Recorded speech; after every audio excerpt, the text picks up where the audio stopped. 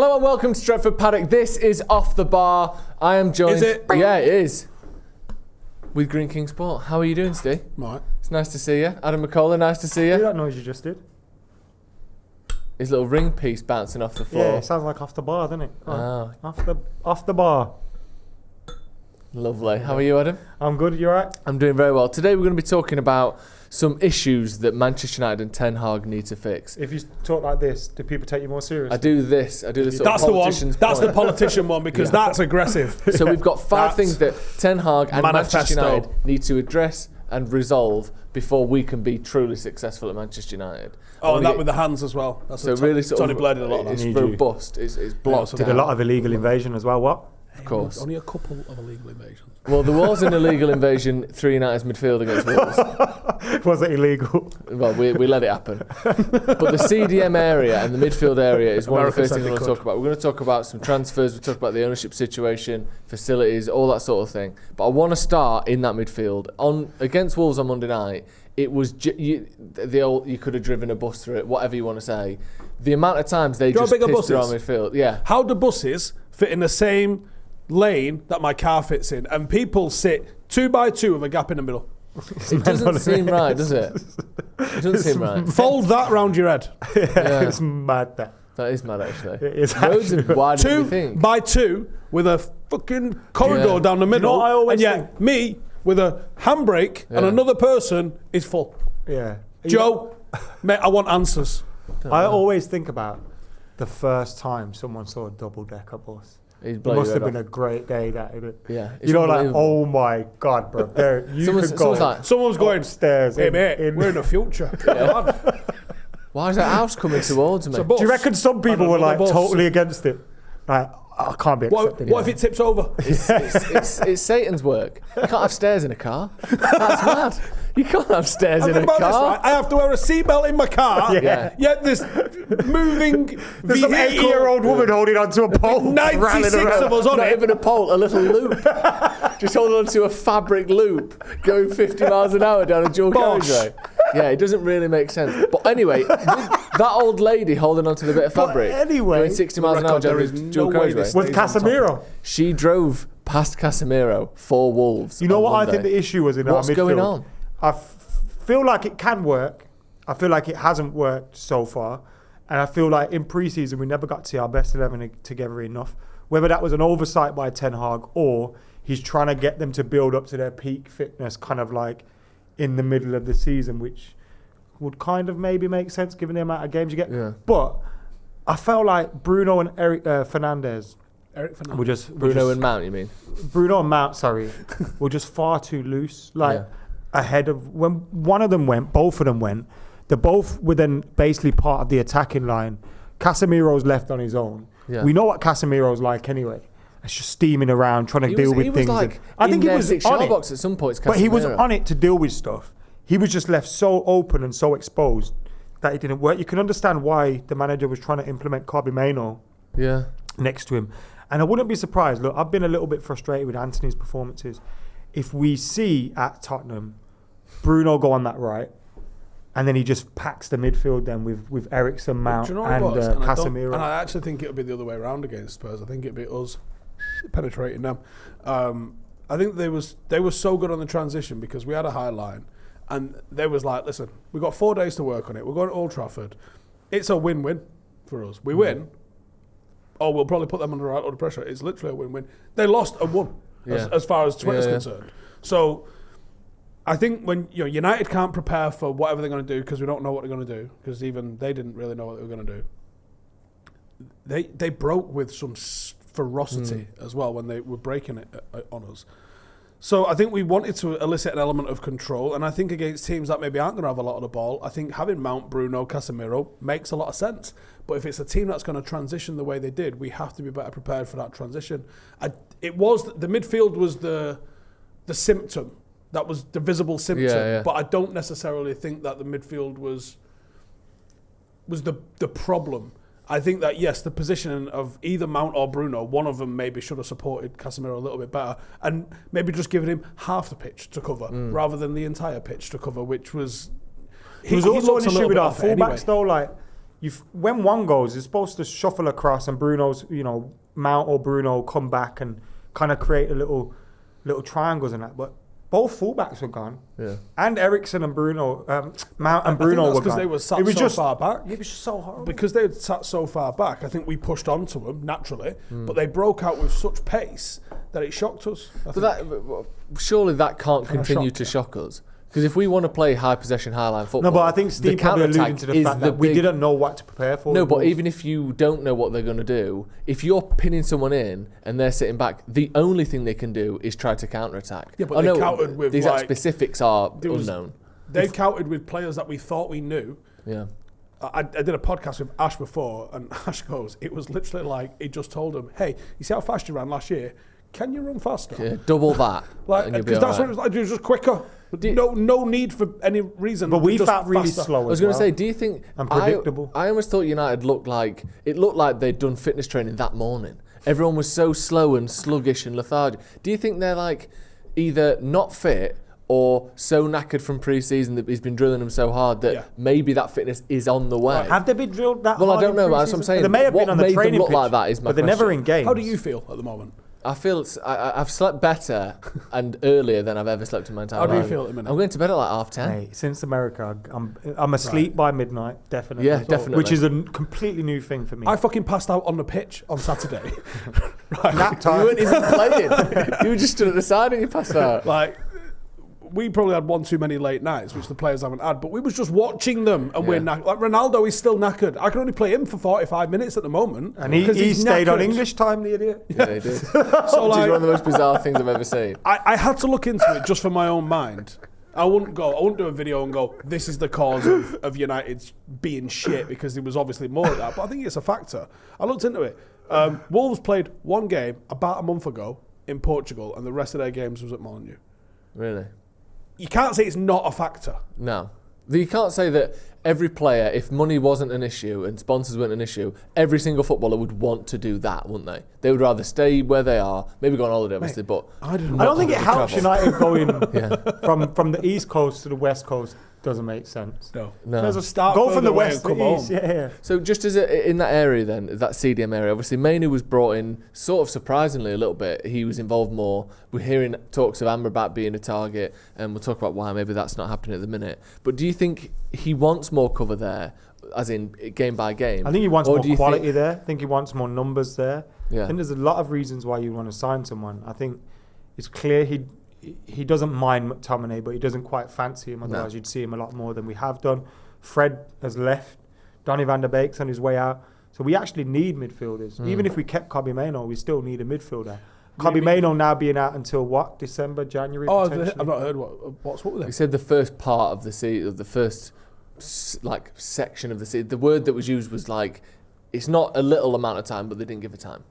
Great. Which is usually bad news. The first part of the season, something like that. So it's going to be. Do you think he wants more cover in there? No, Joe, he wants less. No, I don't mean buying players. Obviously, he wants to buy a player, but I mean, do you think we will see a difference from Mount and Fernandes in how they're playing? But they're the attacking midfielders, though, aren't they? Yeah, but they're the midfielders. Still got help. I think Bruno could do more. They have the Spurs game. With the line that they played at weekend against Brentford, which was almost suicidally high, Brentford really could have got a win out of them. I think if United look at that game and go, oh, we can do that all day long, I think you'd be all right in that sort of sense. But when you look at how Everton played against us at Old Trafford last season, when Bruno had a game in the 8 and he was just unbelievable. Yeah, I think that's the template for this. You play him there and you ask him to do that because he's got the work rate in him. I also think the game against Wolves, it wasn't. I don't think the tactics were particular. I think everyone was crap. Yeah, I know that sounds but. Garnacho, Anthony weren't great at all. Decision making. They were really bad, and they got into so many good positions. Mount was just non-existent. And Garnacho couldn't beat anyone. Anthony doesn't want to beat anyone anyway. And then up top, Rashford, who's better out wide. Most of his good stuff that he did was from the left-hand side. Then in the midfield, Bruno overhitting most of his passes. Mount not really performing. Casemiro running all over the place. I thought Luke Shaw has been poor all pre-season and was poor again. Yeah. Wan-Bissaka was okay going forward, but poor defensively. Luke Shaw positioning in the half space was weird because he was just sort of standing there like he was like trying to hide almost. Yeah. It was weird. I didn't get his performance at all. I don't get what happens. I mean, we hooked Martinez at half time. Was it literally because he was like walking red card? He mentioned some sort of ankle ligament kind of worry. Not worry. I don't. Again, the word was with Ten Hag, you never get a time or anything. But it was like he should be all right. Like in some minor issue, but they didn't want to risk it. Was the minor issue the fact that he was a walking red card? Probably, yeah. But anyway, speaking of centre backs, let's move on. The minor issue is the referee's about to send him off. The referee's come over to me and said, one more. Yeah, he's done. Let's move on to our next issue that needs resolving, and I'm going to put Maguire as the face of it, but he's only one of a few. Hey, he's just waiting for Real Madrid to ring. We're pleased to announce that Off the Bar is sponsored by Green King Sport, the place where football is more than just a game. And Green King are showing every single televised Manchester United game this season, and they've got over 900 sports pubs across the UK. So it doesn't matter if you're in Manchester or Milton Keynes, if Manchester United are playing, you can catch it with Green King. Keep an eye out for events, offers, content and competitions that keep you closer to the action. And obviously it's a massive game on Saturday this weekend, Manchester United versus Spurs, and if you aren't going down to Tottenham's shiny new stadium that they keep going on about, why not catch it in a Green King Sport pub instead? We need to sell to buy at this point. We can't get Maguire out the door. Why do we? Because we spent too much. Everyone else is breaking the rules. But they're all selling. They're all selling. Chelsea have sold almost as much as they spent this summer. Everyone's got. Why do we go? Why when we get done for FFP? Yeah, we go. All right. Yeah, we did it. All right. Yeah. Guilty. We'll take the fine. And everyone else is kicking it down the grass for 10 years and getting loads of lawyers. Why don't we break it and do what they do? Chelsea have sold 1.2 billion quid's worth of players in the last 10 years. That's what it says. United is less than half of that. That's why we are slowly lagging. But Maguire, obviously... What do you think about the Maguire situation? Should United have gone, look, we'll give him X a million from our fee? Well, I don't know. And I just think... Do you just cut your losses now and go, look, fuck's sake, it's done. Because it feels like United are holding on in some hope that actually maybe he turns out all right and, 4th, 5th choice. No, fuck it off. The thing I read is if United sold him for any less than sort of 30 or so million, because of what we pay on him every year anyway, it almost would sort of on our books be like zero. So if we're then also giving him another 10 million, we've essentially lost money. It doesn't help that we give our academy players away for fuck all as well. Yeah. 100% profit on them. I was going to say, yeah. For fuck all. Yeah, 100% profit. What do you make of the Maguire situation? An extra Twix. Yeah. Not as a player, I know you don't rate him, but like as a contract and this is a man's sort of career and all that. Someone called me a hypocrite because I was saying Frankie de Jong should get what he's owed by Barcelona, and because Maguire wants paying off from United, I'm a hypocrite, and I didn't like that. Harry Maguire has been paid his contractual wage. Yeah. Frankie de Jong was asked to defer his wages because Barcelona are run by fucking crooks, right? And then when he wanted to leave, there was like, what deferred wage? Yeah. It's 100% different. Also, Harry Kane's been overpaid for the last 2 years. And Harry Maguire. Harry Maguire's been overpaid for the last. And I'll tell you about Harry Kane. Yeah. But so what do you make of it then? Like, let's say someone came. Why didn't we sign Harry Kane? By the way, let me put you in a proposition, Steve. Someone comes to you and says, "I've got my cock out or in." It's in. It's fully away. Right. So this is a professional. Well, it's one of the semi-professional. Steve. It's a semi-professional. Yeah. So they come to you and they say, right, you're not allowed to work on Stretford Paddock anymore. You're not allowed to work for Rio Ferdinand. You're not allowed to do your own channel anymore. It's not really going, not going well. Instead, you're allowed to have this new YouTube channel. You can work for them. They've got 45 subscribers and you're getting paid half of what you are now. Are you going to take that?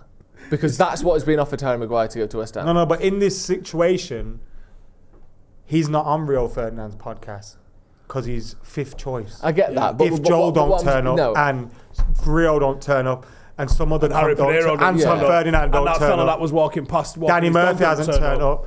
Then that's Harry Maguire in this situation. I get that. Harry Maguire is in this situation. I don't know. He's our 5th choice centre out behind our left back. But you understand the point I'm making? Not really. Do you want to just half your wages and play for a shitter team? But it's not. Because No. we fancy But it? actually, It's not the same, no. because The I can do this situation till is I'm 90. you're going to be captain at West Ham in Europe after you've been poor for about a year and a half. Resurrect you your can career, save keep your playing for international career, England. keep playing. You're probably only earning about 50, 60 grand less a week, and that sounds mental. And didn't they agree to pay him a set amount? And he went, yeah, and then went, actually, no, I want the full amount. Yeah. Which he would have got for the remainder of his But you've contract. But robbed guess us what? blind for You wouldn't have months. got the remainder of your contract if every other fucker didn't qualify for the Champions League for us. So, do you want to play or not? You have probably 10-ish years as a professional footballer. Do you want to spend one of them on a bench watching everyone else win stuff? That's the choice. It's totally, you can't got to compare question his YouTube. ambition. Yeah, you got to question his ambition. So would you, if you were Harry Maguire, you would leave and go to West Ham? I would always leave and try and play rather than not. But Footballers need to play. Go get you. Also, it's United's fault, this situation.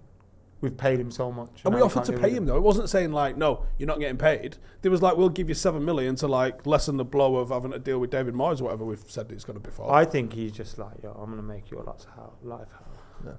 I genuinely. I think that's poorly advised because there's some reactionary he'll bellends go? in our He'll fan still base go? and they will go OTT.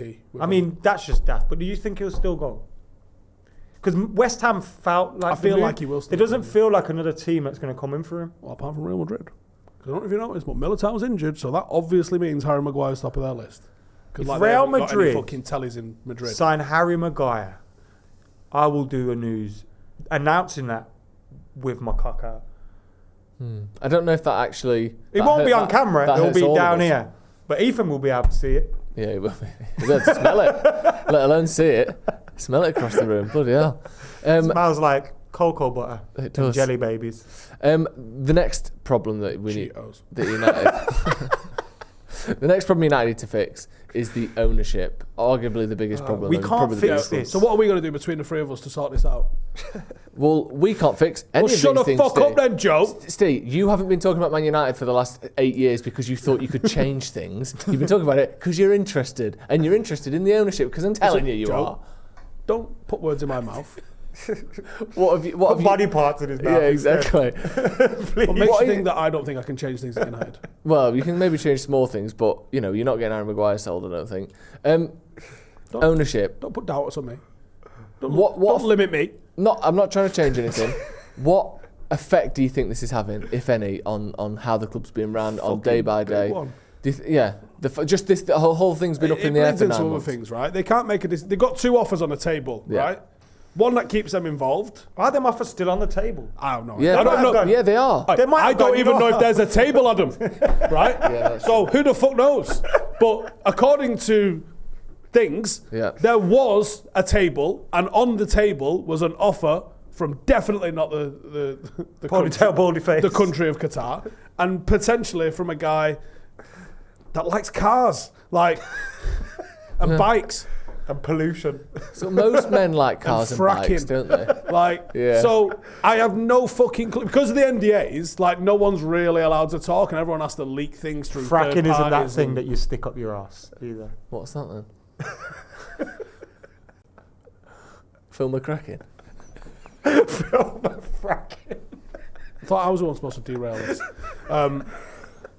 So I think they've had offers on the table. Yeah. One of them was going to make them wealthy beyond anyone's imagination. And they was like, nah. Yeah. And one of them was going to make them hated beyond anyone's imagination. And even that one, they were like, nah. And then the third one is do nothing. Do you know how, like, when we talk about politicians and these billionaires and stuff, and like, if we could get into their mind, we'd realise how little they think of normal people. Oh, Do you reckon we this are is just an cockroaches. experiment? to We are them? And they're just like, to billionaires and politicians, Oh, especially let's Tory ones. fucking- We are fucking cockroaches. it's like an Impractical Jokers game where Yeah. someone's, go on, pretend you're going to sell. I think Go on." when you Tell them our food banks are great for the area. when you get to that level, That's what they do. the By the general way, public those is, aren't Steve's thoughts. no. But when you get to that level, the general public is literally just numbers that you move around for, like, well, this many people have died because of this, or this many people back this. Like, they're not real people anymore. They're just stats on a data sheet somewhere. They don't really care. It's just how many people do we hurt by doing this? How many do we hurt by doing this? All right, we'll do that What's one the then. fallout. It's not. No more bodies in the channel. Yeah, Like, human beings become bar they charts don't give in a a boardroom. fuck. They do not give a fuck. And the politicians probably give less of a fuck than the billionaires. Because most politicians don't have billionaire wives. Unfortunately, the guy in charge of our country does. Yeah. But most politicians are not billionaires. They just sleep with the billionaires. Yeah. It's ridiculous. Right. You realise how little, trust me, they value human life. No fucks whatsoever. It'd be mental. No fucks So I don't think whatsoever. the Glazers really care about it. No. So, the protests and all that sort of stuff, there was some talk around about the European Super League, whereas that they don't actually get, because they don't live in a real world. No.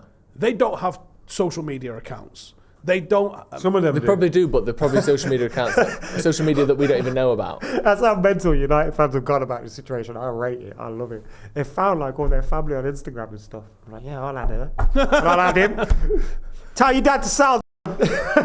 Yeah. In terms of because if you turn your phone off, social media is not real. So in terms of real pressure being put on them, the only thing they had was the lady from Sky Sports who followed him down the street for 30 seconds, who he ignored and got his car and fucked off. I remember we were supposed to do that. In terms of, and there was the Glazer protest, there was a bit of chanting at the cup final, which, again, why the fuck are you here ruining our fun? Because at the same time as we're lifting a trophy up, we also have to go, oh yeah, by the way, fuck you! I know. You're stopping us from being able to truly enjoy a moment because your presence is trying to just fucking leave. Yeah. Imagine if it was as bad as America where they come out and pick them up. Oh my, I bet they was like, so when do we get on the field? And someone was like, here's the neat part, you fucking don't if you want to go home.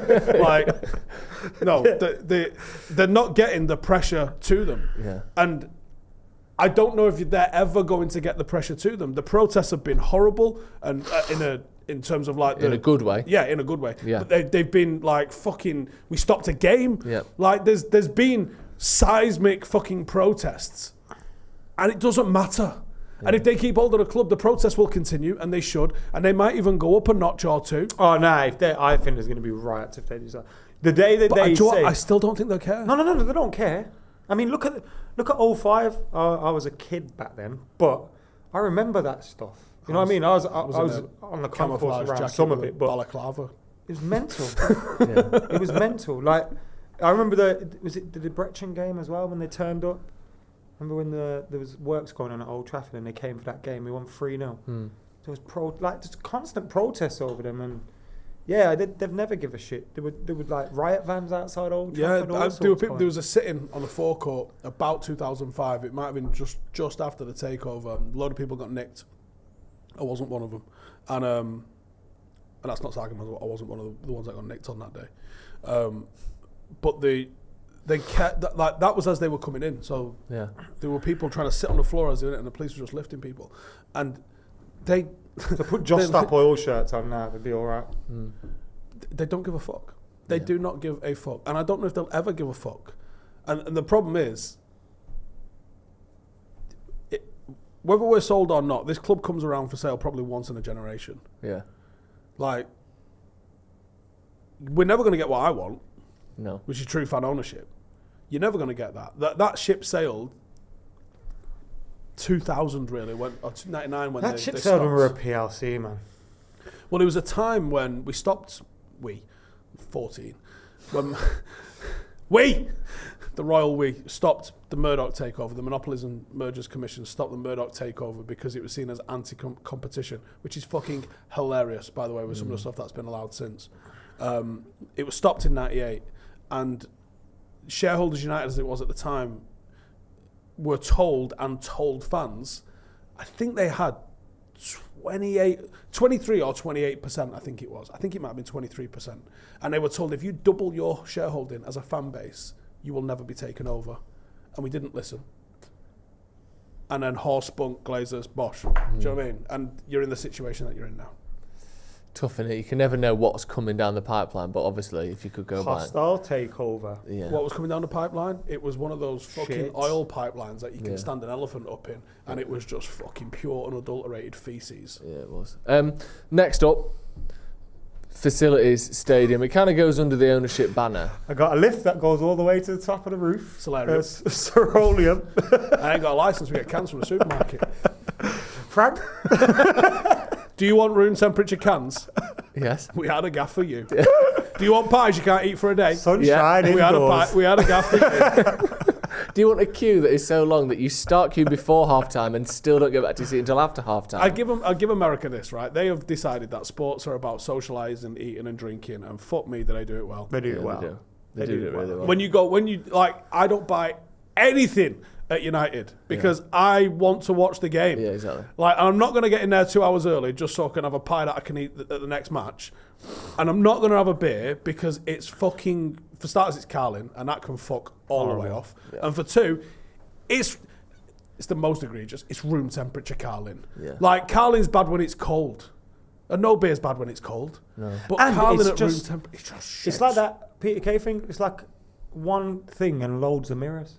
Like, it's all the same. Like, every every like single in America, stand like, you've got is the exact same stand, thing. Hot dog stand, this fried stand, chicken, that burgers. I went to, I don't want to bring this in at Old Trafford, but I just remember laughing at it, being someone that's at Old Trafford every single week and seeing this in a stadium. But I went when we watched San Francisco, not this time around, the last time we were there. We didn't go to San Francisco this time around. Shut up.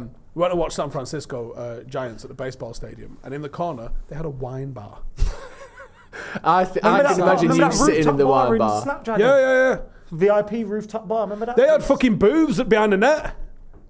Imagine that at Old Trafford. I seen that Marriott seat inside Old Trafford, the sofa. Absolutely. And was like, Jesus wept, would you look at that? And look at us like getting excited about it. Yeah, but that's different because that's a weird place to watch the game. But you're not even allowed to, you can't even have a beer in view of the fucking game at Old Trafford. It's ridiculous.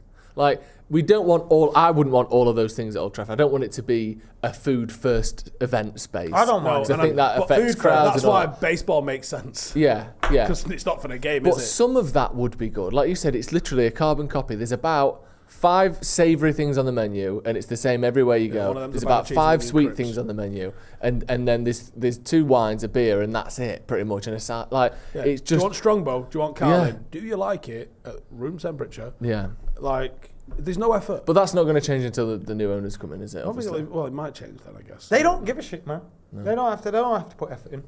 But they're thick, right? Because people keep telling me they're good businessmen, and they'll have successfully milked out fucking $6 billion out of the club by the time they fuck off, if they fuck off.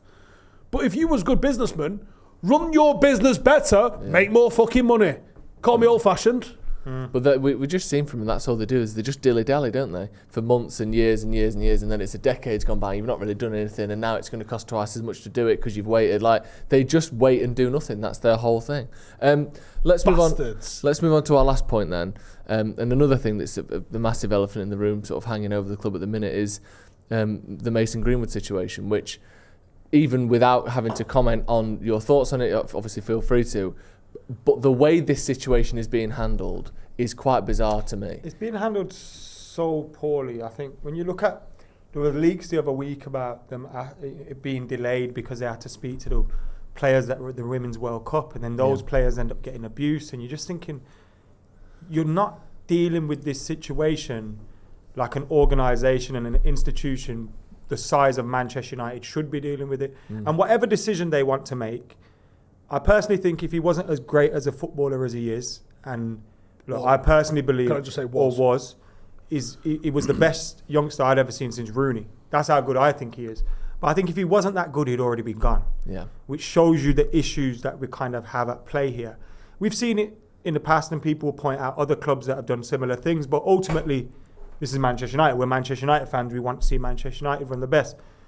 I do think they have a responsibility to rehabilitate and help him on that point, but that doesn't mean you have a responsibility for him to play football for your first team again. Yeah. There's so many players, and they made a point in the statement of saying he's a family man and these kind of things, which you can tell they're softening the ground to put him back into the team. But there are players that you release every year that are family players, and they're just even not good enough, their contract expires or whatever, that have been there all their lives. You don't have no qualms sending them off. Your responsibility to them is helping them find a new club. So I kind of find the angle that they're coming at very weird. I think it's very obvious they're trying to bring him back. I think it is, and they're kind of softening the grounds for that to happen. I wish, though, they'd just do it. Just have some balls about the situation then and do it. Why are you dragging the women's team into it? Why are you dragging all these different stakeholders into it? But yeah, I totally, we have to reiterate as well, there's the female fans against Mason Greenwood's return. They've protested against this. A number of fans and supporters clubs have. And it just feels like, again, as with anything but with this club, it's a purely financial decision. And it's what makes me laugh is if it's a financial decision and in not wanting to lose out on the player because he's got some sort of mythical value associated, because you have no idea what level he's at after 2 years out. He could be finished, right? That you have no idea of knowing. But if you're basing your decision on the fact that he might be worth something that's mental, and not what's happened, I do think that there will. I think the club will be looking at it from a perspective of, okay, let's say we don't play him, we let him go. What if our rivals just take him? But they can't look at it that way. You have to look at it from a who do we want representing our organisation? If this was a cleaner or a coach or anyone, you're done. Tommy Dock got sacked for having an affair with Physio's wife or something. I tried to find an example of someone that had actually been sacked at Manchester United. The only two that I can find, and I'm sure there's young players, but I can't find them. So if anyone can help me find those. Roy Keane and Cristiano Ronaldo are the only two that I can find. And all they did was speak out against the club, which is just opinion. Yeah. Neither of them broke the law, and that's not saying Mason has, but I'm just stating that neither of them broke the law. Will they have been sacked, or would it have been a mutual consent thing? Well, Keane was sacked. I think the way it was reported that Ronaldo was sacked, but mutual, but he was clearly fucking sacked. Because that's it's just I don't know. But also just in the way that this is being dealt with. So that article. I need to. Of course. Neither of those two broke the law, and like I said, I'm not saying Mason has. I'm just saying that they haven't. And some people sort of say, well, he's not being convicted of anything. You can't do anything. My point I'm making is, those who didn't break the law, yet were still fired because they brought the club into disrepute, and therefore they went. I can argue that this entire conversation that's come out of this has brought the club into disrepute on some level. Yeah. Some people will be upset if you let him go, but I think the weight of people being upset and the financial implications potentially would be upon keeping him. Yeah. I speak like I don't. Again, from the moment it happened, I was like, surely you can't play for Manchester United again, and that's been my opinion. Some people just purely come from it, and it's kind of mental where they just come from it from a sporting perspective. Yeah. And there's that clip floating around of Gordon Strachan, where he goes, "Football don't have any morals." Yeah, like it's just about how good you are as a footballer ultimately, and there'll come a time where Mason Greenwood's coming onto the pitch and people will be clapping him on. Well, it's just simple, but. Look, as much as I believe that, I also believe people should be given a chance to rehabilitate themselves. So that's not what I'm saying here. I'm not saying he's going to be one way all his life, but if you represent Manchester United, you have to be. You have to be punished for something like that. What does that say to all these other young kids coming through the academy, female, male, whoever? That if you're good enough, you can do what you want and it'll be okay. And that's a mental statement to make. It is. And in terms of the people that are saying everybody deserves a second chance, I largely agree with that statement. There's certain things that you shouldn't. But I think by and large, people do deserve a second chance. But from what I can see, there's been zero attempt at any sort of attempt to explain or apologise or to make amends in any sort of sense of way. And they're almost, the silence is fucking deafening, in my opinion, on this. And the way that it hasn't been addressed is almost like, and what about it? Yeah.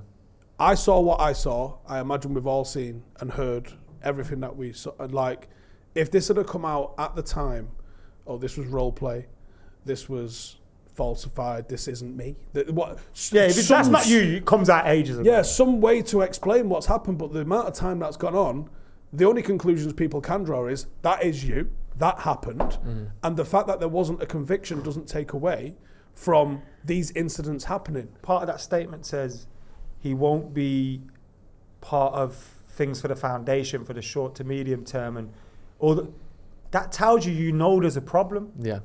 Well, that quote, I'll give you that quote from the article. I didn't see that quote, by the way. So it said, I'll read you a couple of bits from it, because the bit there's a lot in here that is just ridiculous. But the plan laid out by Arnold that week, which was meant to be Friday the 4th of August, was that Greenwood would not make any appearances with the club's charitable arm, the Manchester United Foundation, in the short to medium term, even though the club would be bringing him back for the first team setup. So they're obviously weighing up and factoring in the potential. I never knew that line. Yeah. They've just said, fuck it.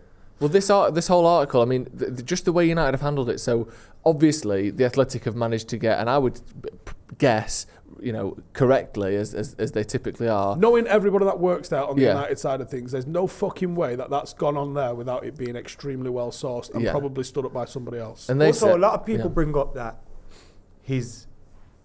I know the victim hasn't been named, but they say that he's back with her or whatever. Yeah. And the family support him and all that. But that doesn't change what happened. No. It's like the victim can forgive you or whatever, but you still you still committed to that crime, bro. You still did that thing. It's out there, whether they accept you or not or whatever after that. It still happened. Yeah. And it still happened while you were a representative of Manchester United. Yeah. Which should be a privileged position. Yeah. That's not to say you should never work again. That's not to say that you need to die. Yeah. It's a privileged position in which you hold. Yeah. And I think that privilege should exist with some sort of, He's going to come back though. It's mental. Yeah. It's mental. I don't know how that makes me I'm just going to do games without analysing him. Because Same. But the way United have handled it, the fact that they were planning to announce it on Friday the 4th of August, and then all the press were told it's going to be done and announced before the Wolves game, then it's pushed back, then it's passed the book, how long they does that allowed last, these though? stories to get passed around. That's how dangerous this thing is. Like all of us here go, all right, he shouldn't be playing for Manchester United again. But all of us here go, right, he is going to play for Manchester United again. Yeah. And you've just said you wouldn't kind of focus on him. What if he scores the winner of the Champions League final? Well, in 5 years' time... Am I not allowed to celebrate that? But that's why but he in just 5 shouldn't years' be time, playing. that is all of that kind of just... This is the impact of their decision, is what I'm trying to say. Eventually, the conversation will be at Old Trafford. Be rifles one top bins. It's just because there'll be some people who cheer and just don't think about it. But there'll be a weird standoff. I might cheer because Manchester United have scored. Yeah. But then you realise and go... that's... But this is why it's such a big decision that they're making, and to just go, I think they made it, everyone's okay. I think that statement tells you they fucking made it. Unless they bottle it, which say them making the decision, then bottling it is worse than them just making it and sticking. In my opinion, because it shows you that when you made the decision, to the right place in the end. No, but it shows you when you made that decision, you knew something was wrong with it. Yeah. Do you know what I mean? You knew it was the wrong decision. Yeah. Really. Yeah, because you'd announced it on the 4th. Also, what stopped you announcing it on the 4th? I think a big part of this will be as well, we're leaking this. What do Adidas do? What do TeamViewer do? Did Adidas drop him? What Nike did. What do is it Cola or whoever? Yeah, Cola. When they hear this rumour that we're bringing him back, do any of these guys go, woof, we're out? Because then, because it's an unofficial decision, they'll be able to go, well, actually, we're not bringing him back. And then they kind of swap. There is a chance. I wouldn't be surprised. That's part of also what's going on. Not just the reaction from the fans, various stakeholders. They're trying to test the reaction of sponsors. Cause the bottom line is going to be someone like, he's not going to do stuff for the foundation, but he's going to be standing there in Adidas' kit, and he's going to be standing there with fucking TeamViewer across the front. Yeah. And as sad as it is that their thoughts mean more than yours or mine or any of the fans involved with the football club, it does. Yeah. Because that's all they give a fuck about. Correct. Right, that's going to be all from us. This has been Off the Bar, brought to you by Green King. Again, make sure you check them out where possible. Thank you, Steve, for coming on. Thank you, Adam, for coming on and talking about the problems that United need to I've just got a parking ticket, but it was a pleasure. Yeah. Cheers, lads. Thank you very much for joining us at home. See you in a bit.